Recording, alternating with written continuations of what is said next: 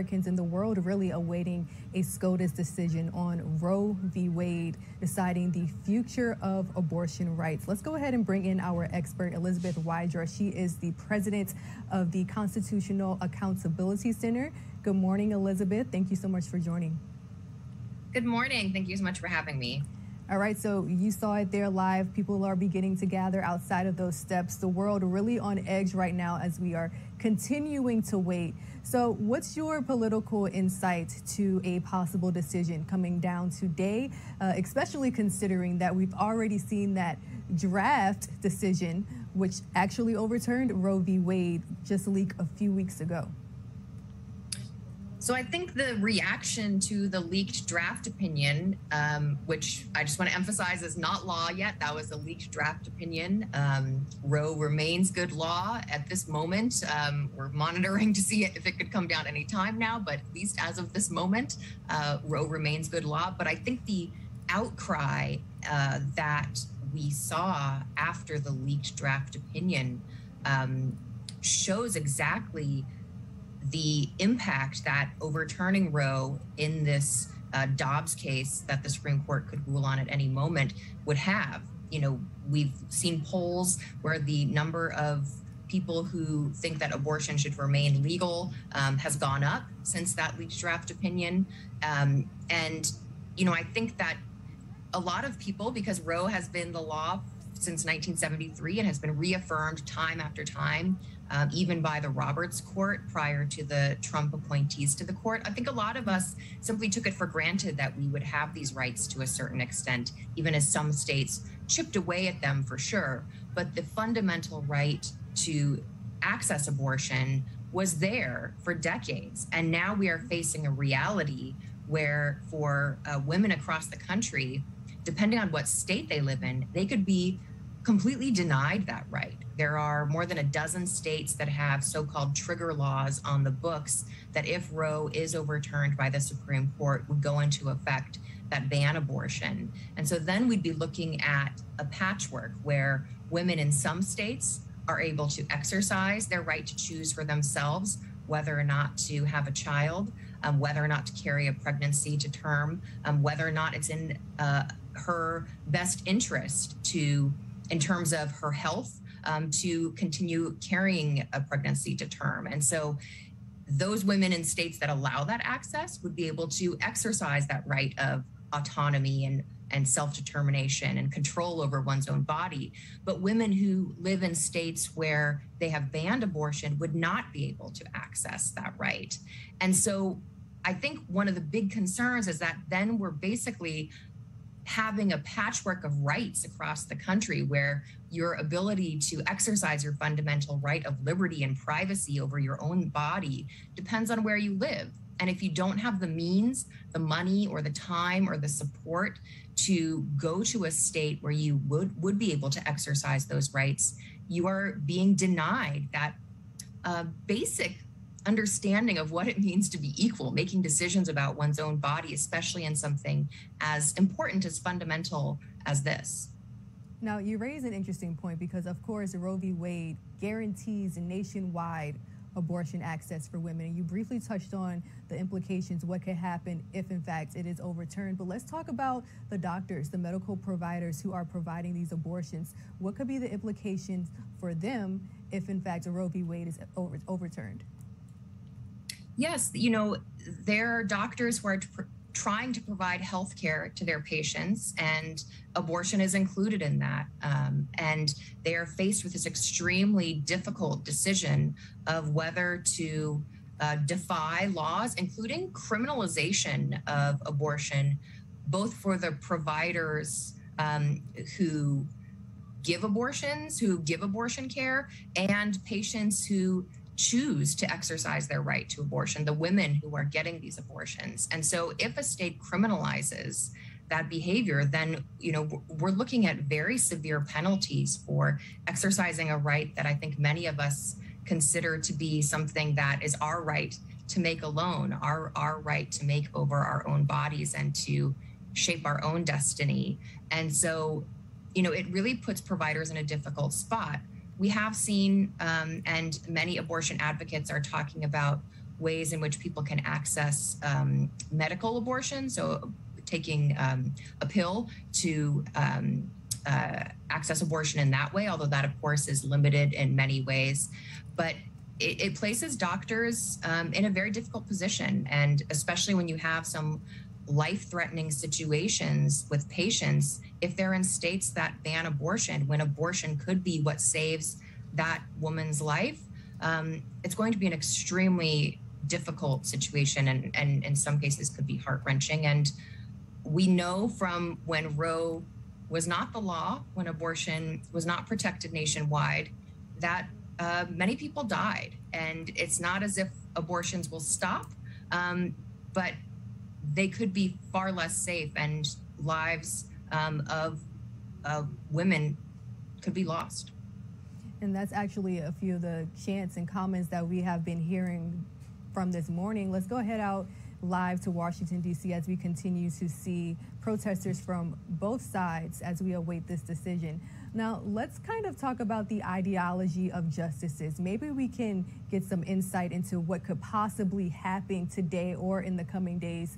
Specifically, I want to talk about Chief Justice John Roberts, because first and foremost, he did call the release of that draft Roe v. Wade reversal an egregious breach of trust. And he is actually ordering an investigation. We'll get to that later. But when we evaluate the leaked opinion, it doesn't really seem that Roberts is on the majority side. So what can his ideology and the ideology of the other justices tell us about the future of abortion rights? So that's a really great question. You know, obviously it's a leaked draft opinion, so we don't exactly know anything other than that there were at least 5 votes in support of that position, at least at the moment that opinion was written, because 5 justices is enough to get in a majority. So we don't know exactly who else has signed on to that, but there was some suggestion at the time of the leak that Chief Justice Roberts was trying to take perhaps a less aggressive approach to the case, but nonetheless would have let the Mississippi law stand, which is a much further restriction on the right to abortion than Roe protects. So it's still, even under what we understand to be a potential Chief Justice Roberts approach to the case, it still would significantly undermine Roe versus Wade. But I think what we're seeing with this decision and potentially other decisions this term on the issues of guns, immigration, environmental protection, we're seeing a court that has become much more conservative after President Trump's appointees joined the court. And certainly the court, when Chief Justice Roberts was the swing vote, was very, very conservative. But now we have a court with a 6-justice conservative majority where they could lose the vote of already conservative Chief Justice Roberts and still be able to render decisions that substantially change the legal landscape for Americans, like gutting Roe versus Wade. And Chief Justice Roberts has been concerned about the institutional legitimacy, the public's faith in the court.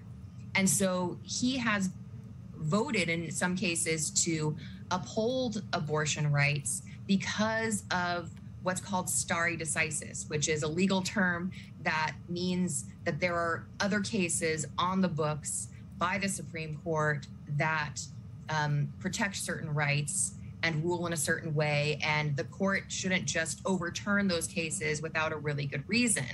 And certainly there are extremely strong arguments that there are no good reasons to overturn Roe versus Wade based on the Constitution, which protects fundamental equality and liberty, including bodily autonomy and privacy, as well as simply the workability of Roe, which has worked for decades to ensure that women are able to access abortion for healthcare. And if the court were to overturn that, it would be an enormous rupture. And I think the outcry we saw across the country to that leaked draft opinion emphasizes that. That's probably exactly what Chief Justice Roberts wanted to avoid. Yeah, and you bring up an interesting point. It's very interesting to see how this new Supreme Court makeup will impact the future of other landmark decisions possibly. Now, let's go back to that investigation that Chief Roberts ordered. What could this look like, and what is a possible timeline?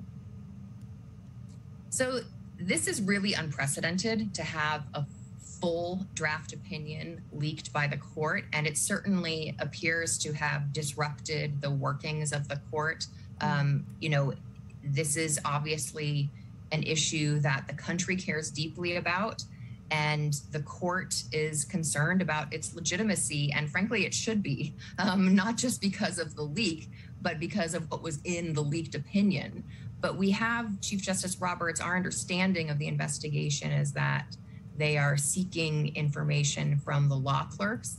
These are the mostly recent law graduates who work for the justices and do a lot of their research and drafting and are really integral to the workings of the court, that they're seeking information from those clerks.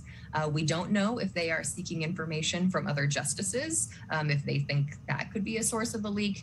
But the Supreme Court, as opposed to many other Washington institutions, is notorious for not having leaks. And so the fact that this draft opinion did leak really is extraordinary. But I think perhaps is outmatched by the extraordinary contents of the leaked draft opinion. Extraordinary. That's a very great word to sum that up. Now, again, we're looking live. We're seeing protesters gather at the steps of the Supreme Court. My co-host actually mentioned that she doesn't remember the last time she saw this many people protesting outside of the Supreme Court. So let's talk about the fact that in recent days, Congress has passed a bill, I believe, to extend protection of Supreme Court justices to their family members, of course, in the wake of these major landmark Supreme Court rulings. What's your take on this, and how exactly will this new law work? So Congress has passed a law that would provide greater protection to the Supreme Court justices and their families. They already get protection from the U.S. Marshals who work for the courts and protect our judges across the country in the Supreme Court and in the lower courts as well. But this would provide even greater security for specifically the Supreme Court justices, although there was some concern by some Democrats in the House that it should be more broadly applied both to clerks of the Supreme Court, you know, if they're going to be the subjects of the investigation and their names are knowable, you can Google it, that they should receive protection, and that judges in lower courts, one of whom in New Jersey had a tragic incident where her son was murdered and her husband was gravely injured by a gunman who came to her house. So the security for our judges is definitely of concern, and this bill now will go to President Biden's desk. And, you know, there are many protesters making their voice heard, and this would not impact the right to peacefully protest. It shouldn't impact the right to peacefully protest, but would simply provide security against violence directed at our justices and their families. Absolutely. We know that safety of justice is really front and center during this time, especially now that that 26-year-old is behind bars after attempting to kill Justice Brett Kavanaugh. We've been covering that story for the past several days. Elizabeth, as we continue to wait for this decision, are there any final thoughts, any key takeaways that you would like our viewers to be paying attention to during this time? Yeah, I think, you know, this is one of those times where all eyes are on the Supreme Court. What the Supreme Court does impacts all of us in pretty much every aspect of our lives. But very often we're so understandably wrapped up in just getting through our days and focusing on, you know, how can we put food on the table, the price of gas, that we don't always pay attention to what the Supreme Court is doing. But I think right now, Americans are laser focused on what the Supreme Court is doing, because something like overturning Roe versus Wade, which has been accepted American law for decades and decades and affirmed over and over, something like that would change what we understand under our Constitution to be an irreducible minimum of liberty. You know, what does it mean to be an equal person? It must mean that you get to make these decisions about your own body. To have that changed, I think will really make Americans look very closely at the Supreme Court. And when they do, they'll see that just even this term alone, the Supreme Court is considering not just abortion, but also important cases relating to gun regulations, immigration, the ability of the federal government to act against climate change, and many other important cases that really do impact all of our daily lives. All right, and we will definitely be paying attention as we watch these important cases unfold this year. All right, Elizabeth Wydra, president of the Constitutional Accountability Center, thank you so much for joining us. Very insightful conversation, and we look forward to having you on again. Thank you so much.